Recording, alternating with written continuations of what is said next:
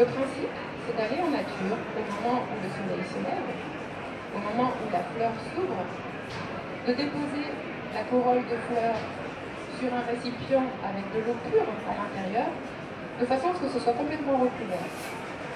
Et l'idée qui est essentielle, c'est de vous placer à un endroit où le soleil va venir inonder quelque part ce récipient de sa chaleur, de ses vertus, jusqu'à ce que les fleurs soient complètement fanées. Et vous allez récupérer cette eau. Les fleurs sont enlevées et vous récupérez cette eau dans un récipient. Vous mettez cette eau et vous rajoutez son volume d'alcool bleu, en l'occurrence au cognac ou de brandy. Ça, c'est votre élixir mère. Et avec cette élixir mère, vous allez faire ces fameuses fleurs au 1,241. Donc c'est dilution, dilution, dilution. Et vous faites analyser, on va vous dire, madame, vous êtes gentille, c'est du cognac. Je suis désolée, je ne peux pas vous dire quelle fleur vous prenez, c'est de l'alcool. Parce qu'il n'y a aucune trace botanique, chimique de la plante. Mais c'est bien de le savoir. Est-ce que ça peut se faire sans alcool?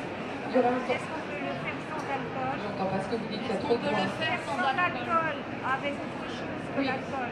Par exemple, quoi? Oui, on peut le faire sans alcool. Il y a des méthodes. Biofloral le propose maintenant en granule pour les gens qui ne peuvent pas prendre d'alcool. Maintenant, c'est pas anodin si Bach a choisi l'alcool. C'est un procédé qui date du temps des Égyptiens et probablement encore avant. L'alcool, cet alcool-là, pas n'importe quel alcool, c'est un alcool précieux, et il a la vertu à la fois de conserver et de restituer la vertu énergétique de la plante. Donc l'impact, vous mettez 3 gouttes sur la langue, ça passe dans le sang. Le sang, il est relié forcément à votre système nerveux, et l'impact émotionnel est plus rapide. Tout ce qui est granule, il faut le temps que ça s'en aille pour en voir les effets. Voilà. Maintenant, c'est efficace aussi, ça a été testé. Et il n'y a pas que granule, d'autres laboratoires ont fait sur d'autres formes aussi. Voilà, ça a été sa première grande découverte, et avec cette méthode, il a fabriqué les 18 premières fleurs de Bach. Et de la place, si vous voulez, pour ça.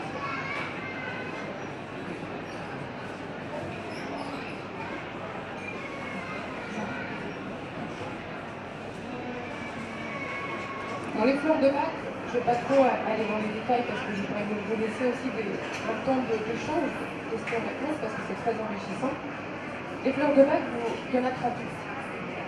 Et le docteur Bach les a réparties en 7 familles. Vous avez des petits dépliants comme ça que vous pourrez prendre sur le stand biofloral.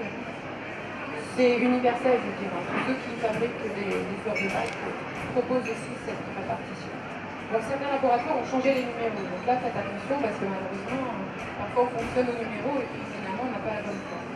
Et puis il y a des couleurs, donc c'est très visuel, c'est pas anodin non plus, si une couleur vous attire, explorez les fleurs à l'intérieur. Mais ces familles vous permettent quand même de vous guider, de vous orienter, de vous permettre d'accrocher un peu chaque fleur. Parce que voilà, 38 fleurs, 38 états d'âme, la première réaction qu'on a, et c'est normal, oh, moi il me fait tout. Non, nous sommes tous traversés de multiples émotions. C'est pas pour ça qu'on prend une fleur à chaque fois qu'on a une émotion.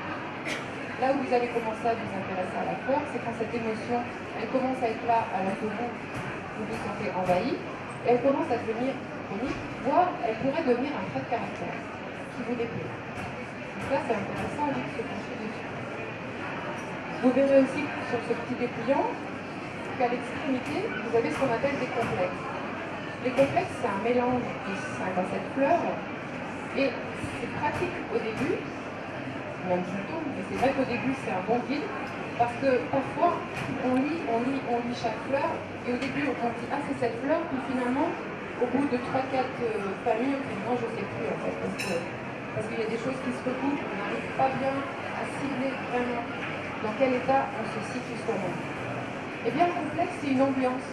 Et c'est parfois plus facile de dire, bah oui, je suis dans l'ambiance du manque de confiance en moi, ou je suis dans une ambiance de manque de vitalité.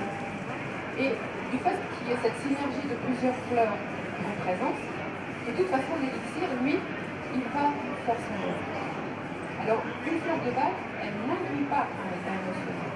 Elle ne va pas changer un état émotionnel en un autre. en fait, elle va rentrer en résonance avec ce que vous vivez. Elle va commencer par calmer l'état de crise dans lequel vous vous sentez. Et la magie de la fleur de bac, c'est qu'elle va vous permettre de sentir que vous avez des ressources. Donc ça, c'est tout le mystère aussi de cet homme et de ses travaux. Et en fait, derrière, c'est le mystère de la nature. Pourquoi? C'est parce que justement, les ressources de la nature, c'est de permettre à l'être humain de retrouver un équilibre, mais aussi de retrouver une direction, une vitalité. C'est pour ça que, en fait, on utilise beaucoup les fleurs de bac, et c'est normal, en partant d'un état de mal-être dans lequel on se sent. Mais je dirais qu'on prend la fleur pour aller mieux. Ça, c'est une partie du travail. Et ce qui peut vous aider, à mon sens, à mener l'autre partie du travail, c'est vous aussi d'avoir un but. Par exemple, vous avez des peurs. Ok, alors entre les lianthèmes, le prunier, le mimule, voilà, vous avez cerné que vous aviez vraiment une peur panique. Donc là, c'est le recro, c'est les lianthèmes. Donc une peur panique, ok, je la prends, ça me calme. Et en fait, vous, de cette peur panique, vous dites, ok, maintenant j'arrête de me focaliser sur le problème et je veux vraiment pouvoir arriver à décider de réaliser ce que je choisis. Certains appellent ça le courage héroïque, c'est-à-dire ne pas se laisser freiner ou bloquer par une situation. Un autre exemple, vous avez par exemple le tremble, qui est plus relié à une tension intérieure que l'on a profondément. Et puis il y a un moment, on a des pressentiments, mais on ne sait plus si c'est juste, parce que de toute façon, on est tellement tendu qu'on n'arrive plus à discerner. Eh bien, vous pouvez vous dire, moi, je voudrais sortir de cette tension intérieure, de ce mal-être, pour aller vers une lucidité sensible. Donc ça veut dire que vous faites le chemin. Parce que quel était quand même le but de Bach? C'était de dire, on arrête de se focaliser sur le problème, et une fois qu'on a choisi de réussir, on se concentre sur la qualité. Parce que déjà, la moitié du travail est fait, parce qu'on le sait, et plus on ressasse, et plus on y pense, et plus on regrossit vraiment le truc. Donc là, on tourne en rond. Et l'action dynamique que peut faire un être humain, c'est de se donner une direction, et dire, moi, je sors de cet état-là, mais je veux expérimenter cet état-là. J'en suis capable. Et là, on se met à observer une qualité, un état d'âme qu'on a envie de vivre. Et tout votre être va se focaliser sur ça. Et vous allez voir que le travail va devenir très dynamique. Donc ce ne sera pas un symptôme, un remède, ce sera un symptôme, un chemin pour expérimenter une guérison, pour expérimenter un autre état d'être. Et c'est quand même ça l'enjeu de ces fleurs, parce qu'on est dans une société, et ça nous influence tous, symptomatique. Et on cherche, notre médecine elle est basée sur le symptomatique, et on cherche à enlever le symptôme. Et quand on cherche des fleurs, et des fleurs, et des fleurs pour enlever tous les symptômes, bah oui, à ce moment-là, 38 fleurs ça ne suffit pas, on va en faire 115 autres, parce qu'on est dans le symptomatique. Bach, sans être orgueilleux, il a dit, ces 38 fleurs, c'est un puzzle. C'est un puzzle de la nature humaine. L'être humain qui peut vraiment expérimenter, sortir d'un état de mal-être pour construire en lui des forces nouvelles.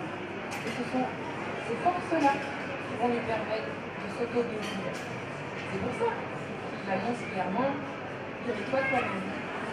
Et qu'il annonce clairement, inutile d'être terrorisé par un problème ou la maladie, ça ne fait que gonfler le ballon d'autruche. Par contre, oui, la dynamique intérieure, ça, il en est conscient et il ne le nie pas. Prendre soin du corps, il en est conscient et il ne le nie pas.